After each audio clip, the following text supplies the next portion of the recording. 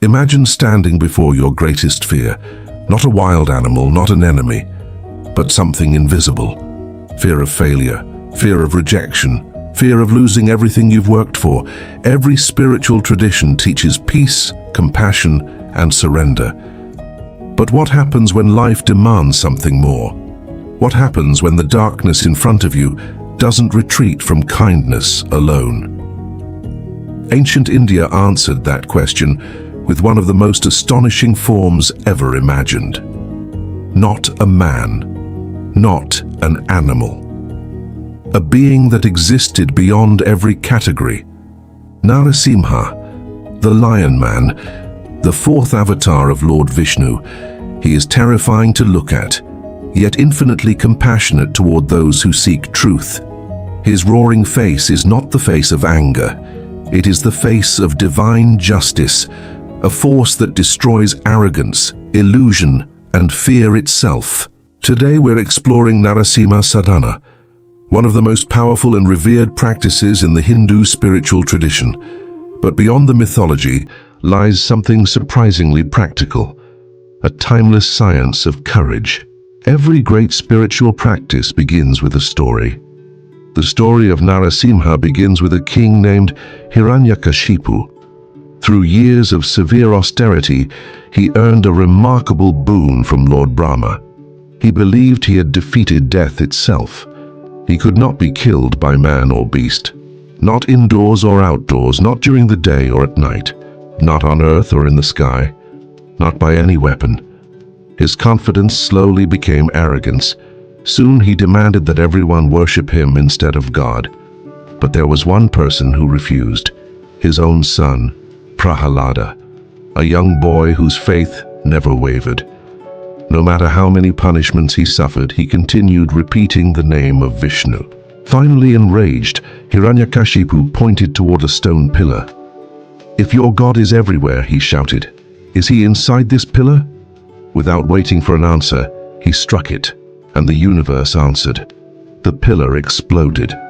From within emerged Narasimha, neither man nor beast. At twilight, neither day nor night. On the palace threshold, neither inside nor outside.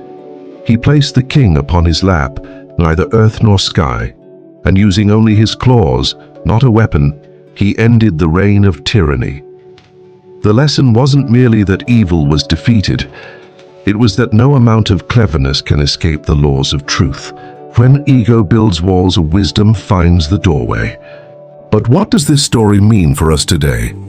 Ancient yogic traditions often describe myths as maps of the human mind.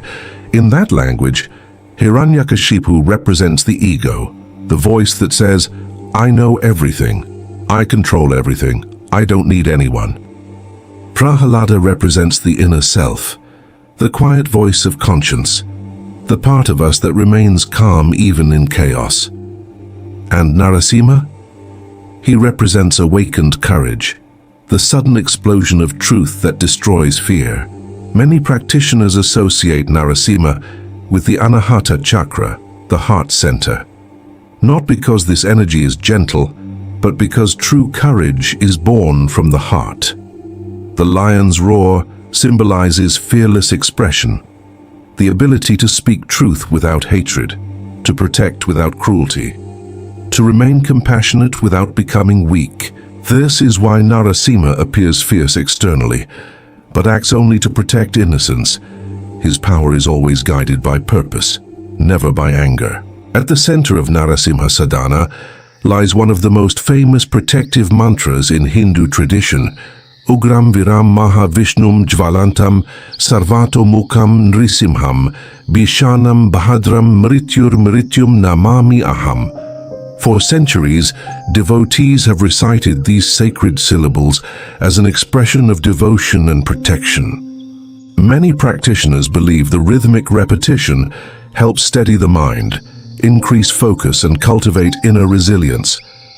While these effects are deeply meaningful within spiritual traditions, they are matters of personal and religious belief rather than established scientific fact.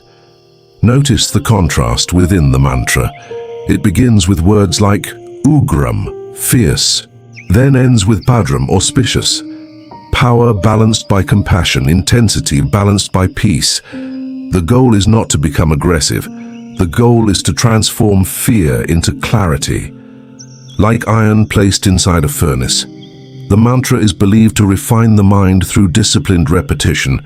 The mantra is believed to refine the mind through disciplined repetition. Traditional practitioners often emphasize three important foundations. The first, Sandhya Kal, the sacred moments of sunrise or sunset.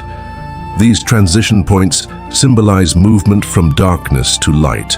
Many traditions regard them as especially suitable for prayer and meditation. Second, purity of lifestyle. A disciplined routine, wholesome food, truthful speech, a calm mind.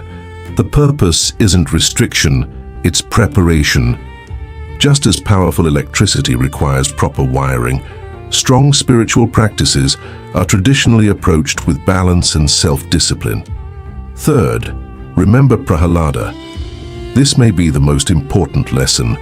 Narasimha's power exists to protect devotion. Without humility, power becomes ego.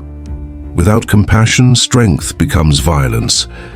Prahalada reminds us that courage must always remain rooted in faith, kindness, and integrity. Every one of us has a Hiranyakashipu, the voice of doubt, pride, fear. Every one of us also carries a Prahalada, the quiet inner wisdom that refuses to surrender. Narasimha Sadhana is ultimately about allowing that fearless awareness to emerge, not to conquer others, but to conquer ourselves. Because the greatest battle has never been fought on a battlefield. It has always been fought within the human heart. And perhaps that is why generations of devotees have turned to Narasimha in moments of danger.